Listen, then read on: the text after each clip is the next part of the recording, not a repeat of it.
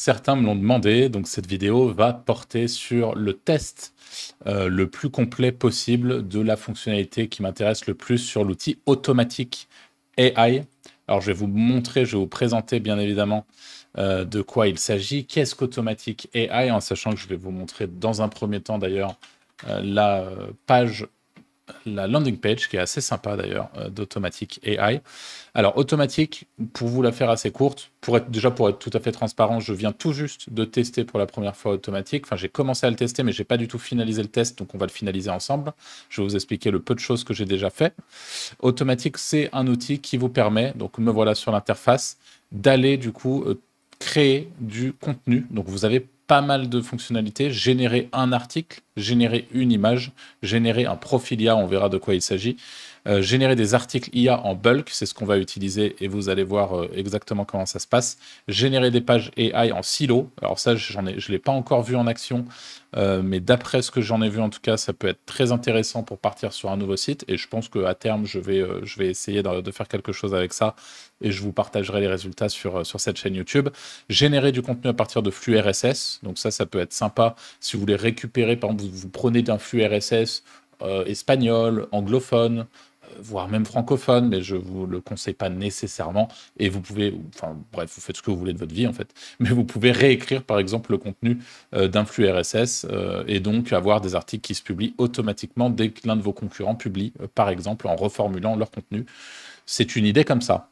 Générer du contenu à partir de Gnews, générer du contenu à partir d'un sitemap, générer du contenu à partir d'URL. Donc vous pouvez faire beaucoup de choses et c'est plutôt chouette. Alors nous, ce qu'on va voir aujourd'hui, c'est tout ce qui est donc contenu bulk. Ça va être très simple. Voici le site sur lequel je vais tenter de publier du contenu en automatique. Ici maintenant.eu, c'est un site pourri qui me sert à faire beaucoup de tests. Site sur l'immobilier en l'occurrence, donc on va rester dans cette thématique. La seule chose que j'ai fait off caméra, parce que j'ai commencé un petit peu à prendre en main l'outil off caméra, c'est que je suis allé dans, on va y aller ensemble, dans mes profils IA. Hop, et j'ai créé Raymond d'Artifice, 62 ans, agent immobilier.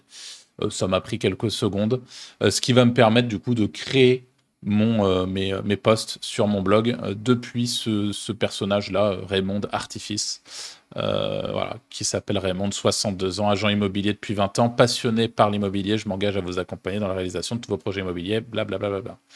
Donc ça, c'est Raymond. Ok, on va revenir ici. Et donc, je viens de lui indiquer quelques mots-clés à la va-vite. Et je me retrouve, vous voyez, avec 1, 2, 3, 4, 5, 10 mots-clés, du coup. Et je vais maintenant générer le contenu. Alors, si vous souhaitez, je le dis maintenant, vous-même utiliser Automatic, je vous ai mis en description et en commentaire épinglé un lien pour utiliser Automatic. Je vous parlerai de pricing juste après, évidemment, mais pour le coup, l'outil est vraiment pas trop cher. Et la spécificité, c'est qu'on part on utilise nos propres clés API. Donc, pareil, on en parle un petit peu après. Mais vous avez un lien et j'essaierai de négocier pour vous un code promo. Donc, s'il est en description, tant mieux. Sinon, c'est que je suis en train de le négocier. Et s'il n'est jamais là, c'est que je n'ai pas réussi à le négocier. Donc, générez votre contenu. Hop. Une fois que c'est fait, on arrive ici. Donc là, je vais faire un nouveau template parce que je n'ai pas encore de template, vous imaginez bien. Je vais dire texte long. Je vais en effet passer par GPT-4o. Je n'ai pas nécessairement de prompt sous la main, donc je vais passer par le prompt qui est directement plugué à Automatic AI, donc à l'outil, en sachant qu'une chose que je ne vous ai pas dite également, vous voyez quand je fais ça, hop, il y a marqué télécharger le plugin. J'ai dû installer le plugin d'Automatic sur mon site WordPress pour accéder à toute cette interface depuis mon site WordPress. Vous voyez, Automatic est directement plugué à mon site WordPress. Le style d'écriture. Alors, qu'est-ce qu'on... Poétique, persuasif, créatif, technique, divertissant, subjectif. On va essayer persuasif. Ensuite, texte moyen, on va laisser texte long. Je veux une introduction. Oui. Je veux un brief. Oui. Donc, le brief, c'est, il me semble, tout ce qui va se passer en haut de l'article pour résumer un petit peu le contenu. Alors du coup, non, je sais pas ça, puisque là, il y a le résumé, je pense que c'est ça. Mots en gras, tableau, liste, FAQ, lien interne. Bon, là, je vais tout laisser tel quel, on va voir ce que ça donne tel quel. Et là, je peux créer un profil de ma cible, idéal, de mon buyer persona. Ça aussi, c'est quelque chose que je peux faire. Je vais pas le faire nécessairement, mais j'aurais pu. Paramétrer vos images. Donc là, je passe à la suite en mode tel quel. On l'a vu, l'avantage d'Automatic, c'est que d'après ce que je comprends, on peut personnaliser beaucoup de choses si on en a envie. Donc pour tous ceux qui ont l'habitude de bosser avec l'IA, ça peut permettre d'avoir une interface plutôt sympa qui regroupe tout, mais d'utiliser vos propres prompts, vos propres clés API, et de faire en fait ce que vous avez à faire de votre côté avec un outil qui vous permet de centraliser tout ça. Nombre d'images dans le contenu, 3, c'est pas mal, on va rester là-dessus. Je vais rester sur DALL-E 3 pour les images, puisque normalement il est déjà plugué à ma clé API OpenAI. Image à la une, évidemment. Image dans le contenu, évidemment aussi. Instructions personnalisées pour vos images, pareil. Alors qu'est-ce qu'on pourrait mettre ultra réaliste. Voilà, on va juste mettre ça.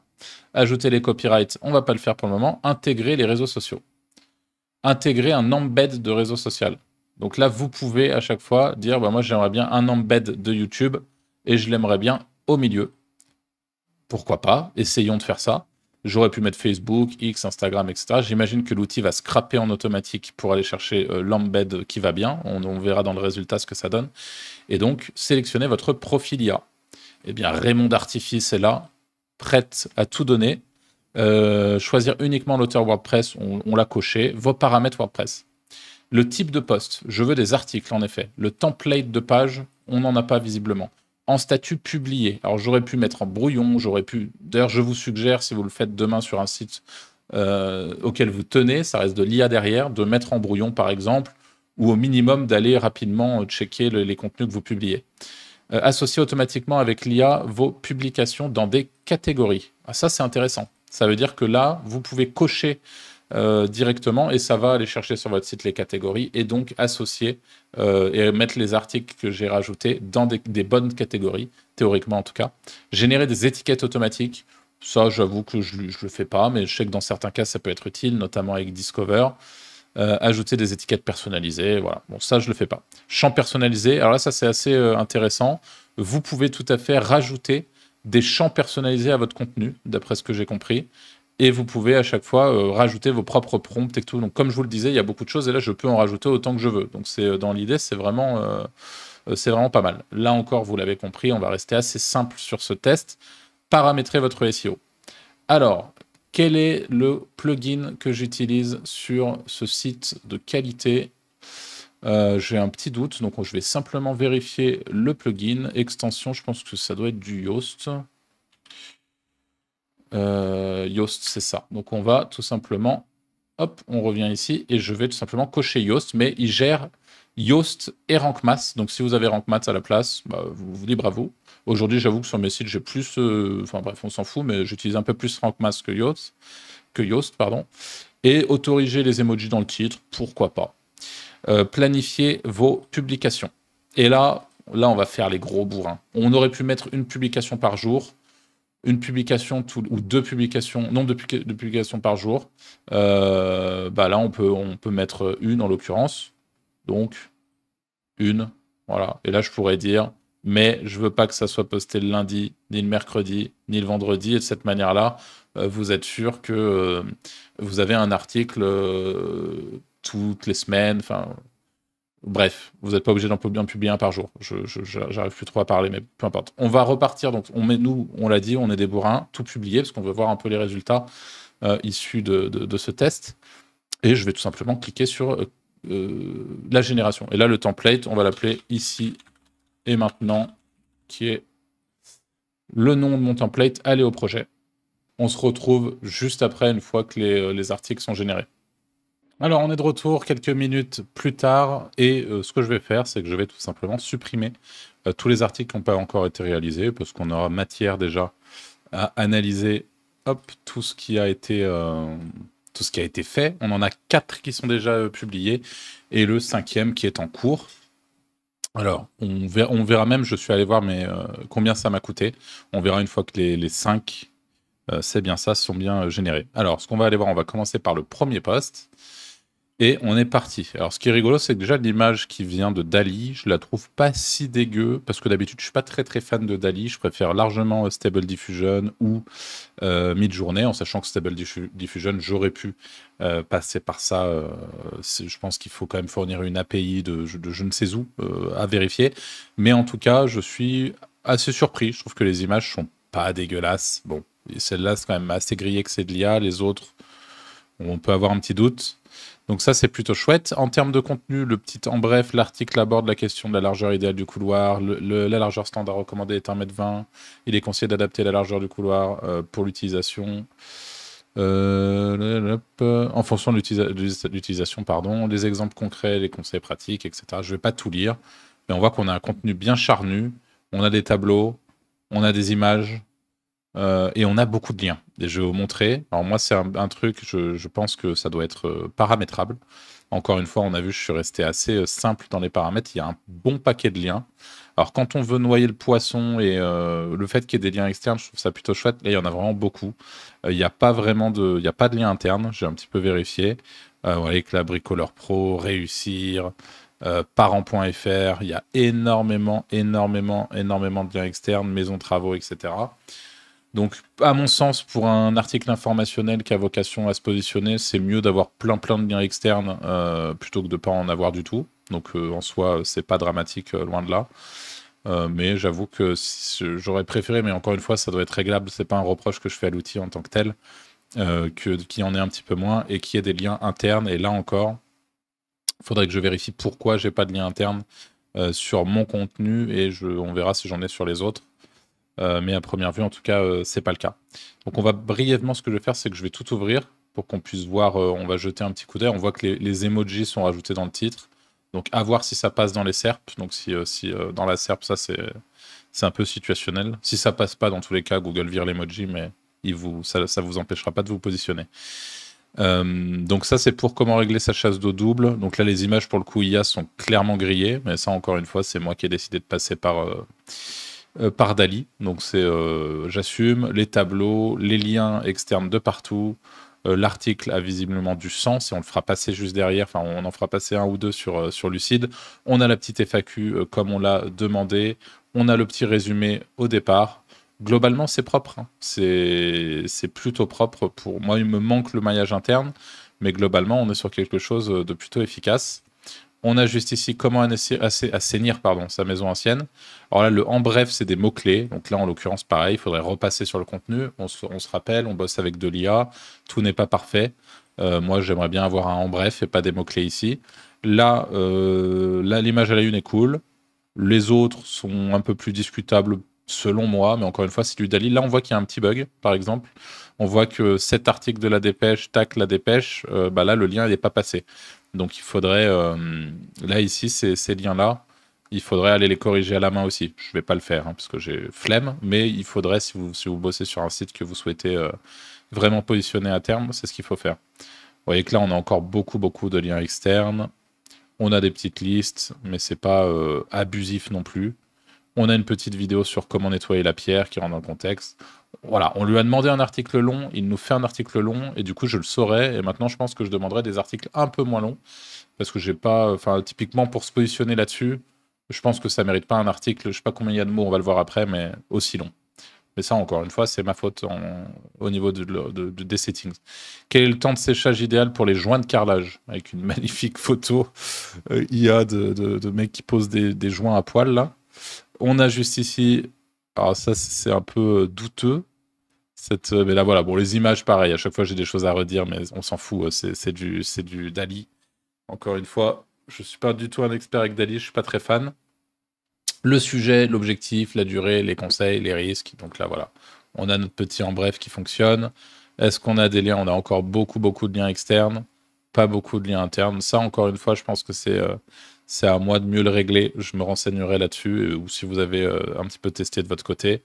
Voilà, donc en termes de qualité du contenu, on va passer assez vite. Caractéristiques fond de la maison traditionnelle marocaine, symbole de l'architecture locale. Voilà, on a des images assez colorées, assez chouettes. On a un long article avec beaucoup de liens. Et on a l'architecture traditionnelle marocaine avec une...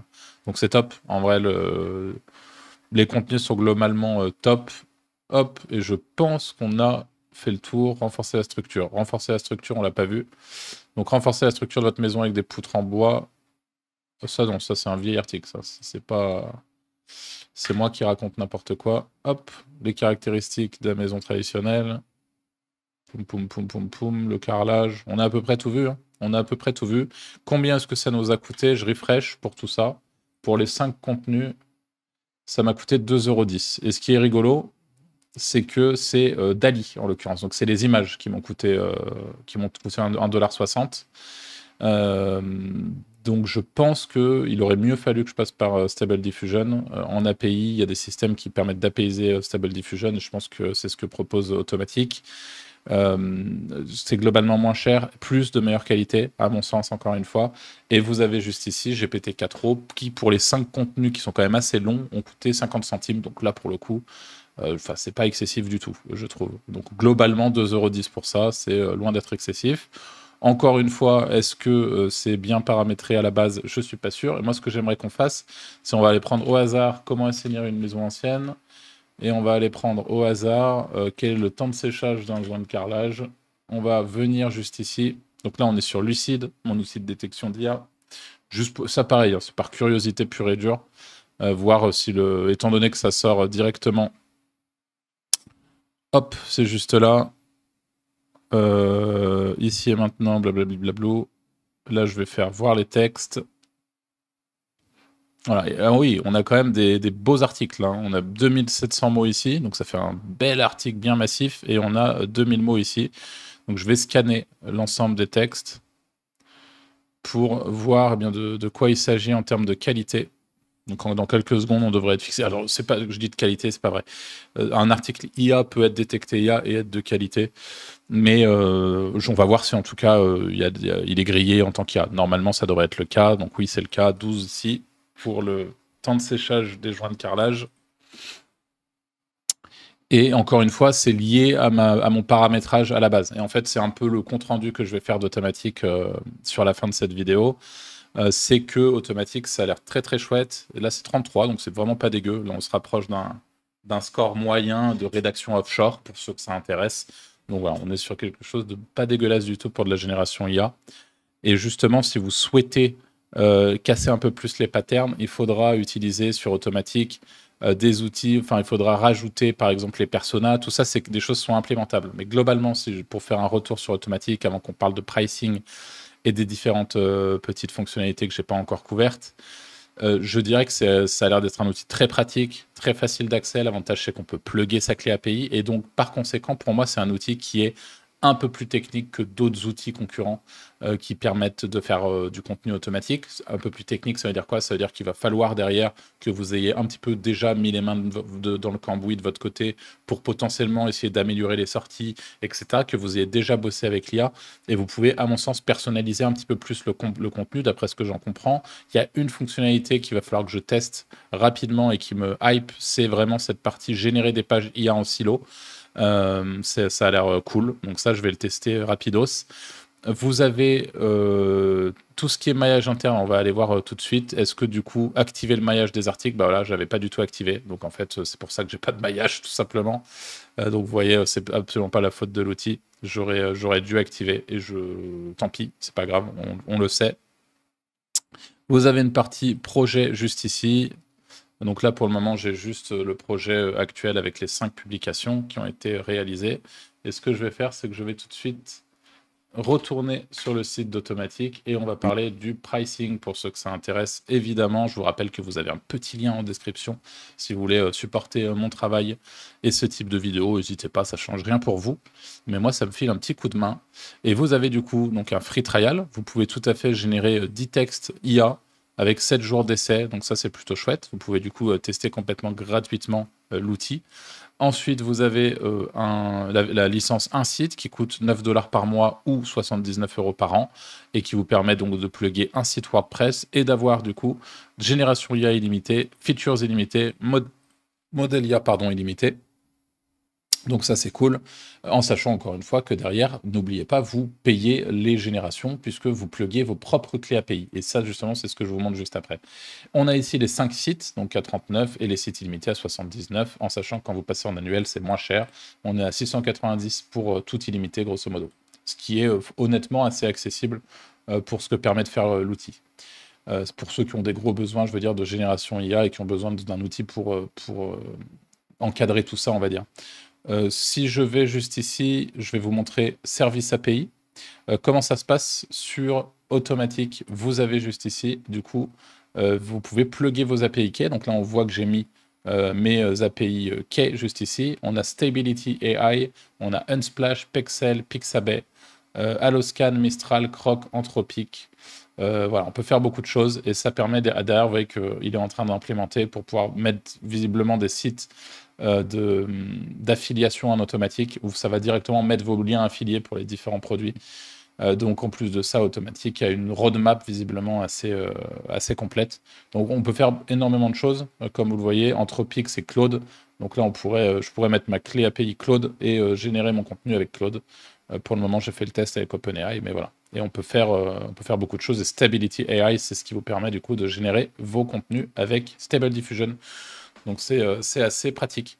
Voilà, j'espère que ce petit tour d'automatique AI vous aura été utile. Si vous avez des questions, n'hésitez pas à les poser en commentaire. Je vous invite encore une fois à tester l'outil de votre côté ou à me faire un retour sur l'outil si vous avez pu le tester.